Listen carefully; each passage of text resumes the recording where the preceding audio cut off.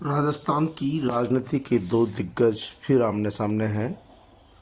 नागौर से सांसद और आरएलपी के राष्ट्रीय संयोजक हनुमान बेनीवाल ने एक बार फिर बीजेपी नेता पूर्व सांसद ज्योति मिर्धा के खिलाफ मोर्चा खोल दिया है।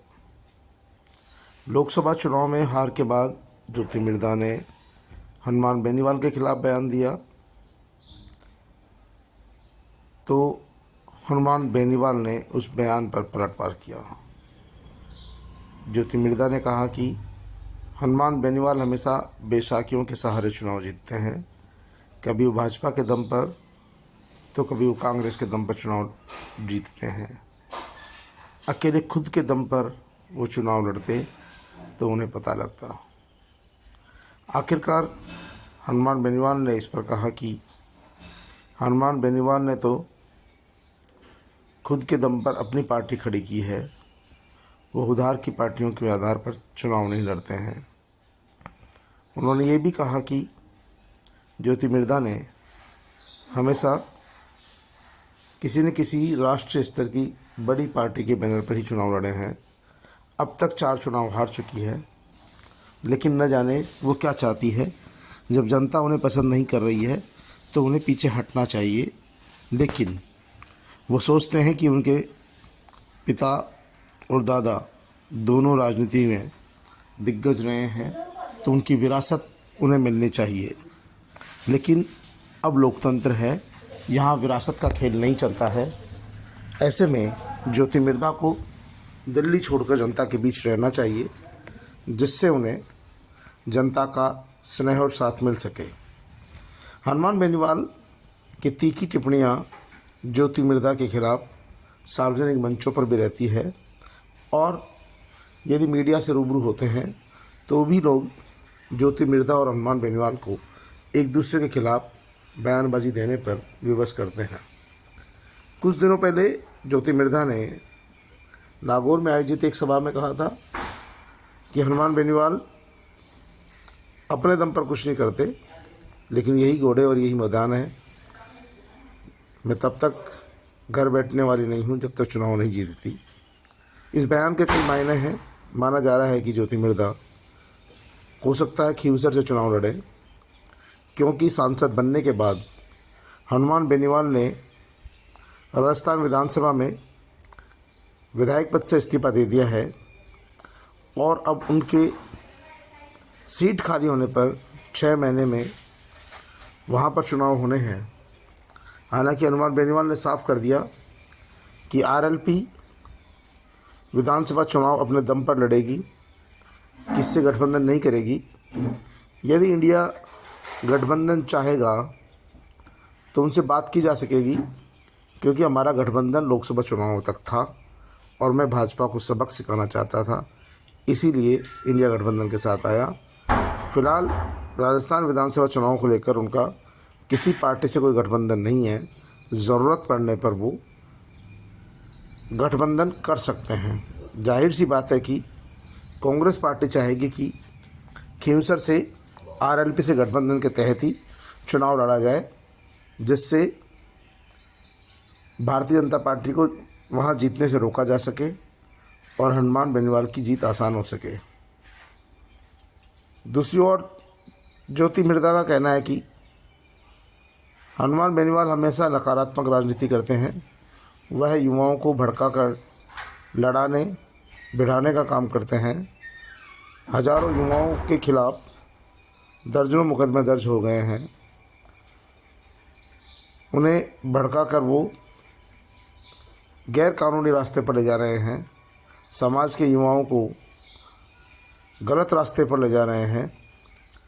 ऐसे में समाज के लोगों को चाहिए कि वो हनुमान बेनीवाल के इस घटिया सोच का जवाब दे, और वो जवाब चुनाव में ही दिया जा सकता है।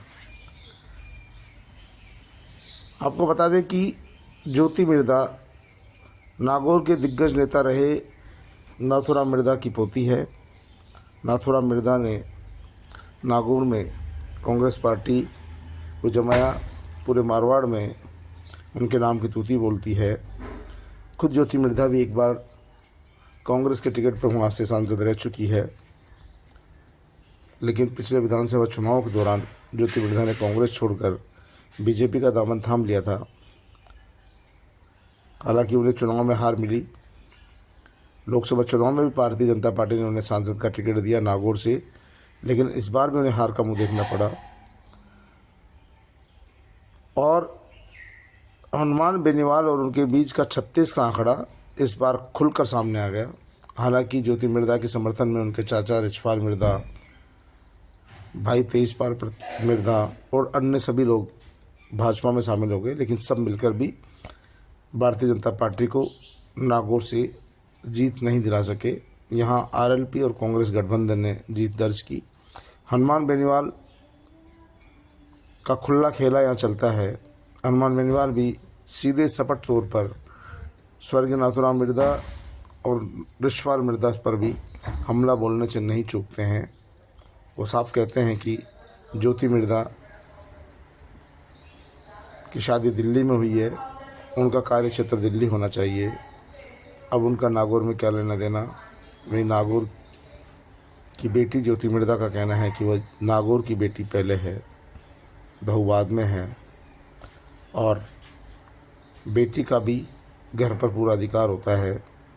लेकिन दोनों नेताओं के बीच की बयानबाजी में तल्खी लगातार बढ़ती जा रही है, और इसका असर है कि जो पार्टी से जुड़े हुए कार्यकर्ता है या बेनीवाल समर्थक है या ज्योति मिर्धा के समर्थक है, इनमें कई बार सिर्फ टवल की स्थिति आ चुकी है। कई बार लोगों के बीच लड़ाइयाँ हो चुकी है।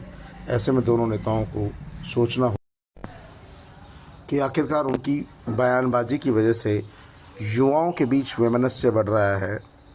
कई बार मारपीट तक हो चुकी है। सोशल मीडिया पर एक दूसरे के खिलाफ बयानबाजी करना तो आम बात है। अब जब खींवसर में विधानसभा चुनाव होगा तो फिर ये दोनों दिग्गज नेता आमने सामने होंगे कि आरएलपी यहाँ से अपना उम्मीदवार उतारेगी और भारतीय जनता पार्टी भी किसी न किसी को उम्मीदवार बनाएगी। ऐसी स्थिति में फिर इन नेताओं के बीच की जो बयानबाजी में उसमें और तल्खी आएगी और तेज़ी आएगी, और इनकी ये तेज़ी कहीं न कहीं समाज के उन युवाओं के लिए ख़तरनाक साबित हो जाती है जो आपस में रिश्तेदार भी है, नातेदार भी है, लेकिन नेताओं के चक्कर में एक दूसरे से व्यवहार ख़राब कर लेते हैं। क्योंकि जिस तरह की बयानबाजी इन नेताओं के बीच चल रही है उससे कई बार टकराव के हालात पैदा हो जाते हैं। दोनों नेताओं को भी चाहिए कि वो अपनी अपनी पार्टी की बात करें, एक दूसरे पर व्यक्तिगत लांछन नहीं लगाएं, लेकिन राजनीति में सब कुछ जायज़ है। यही कारण है कि हनुमान बेनीवाल भी अपने तीखे बयानों के लिए जाने जाते हैं। वो जो भी होता है सीधे तौर पर कहते हैं, कार्यकर्ताओं से सीधे कनेक्ट होते हैं। और ज्योति मिर्धा है तो वो भी कहीं न कहीं नाथूराम मिर्धा की पोती होने के नाते खरी खरी बोलती है और डरती नहीं है। ऐसे में कार्यकर्ताओं के बीच तनाव बढ़ना स्वाभाविक है। दोनों नेताओं के बीच की ये तल्खी कब मिटेगी ये तो समय ही बताएगा। फ़िलहाल तो दोनों नेता एक दूसरे के सामने झुकने को तैयार नहीं है। ज्योति मिर्धा 4 बार हार के बाद भी डरने को तैयार नहीं है। वहीं हनुमान बेनीवाल चाहते हैं कि उनका एक छत्र राज चलता रहे।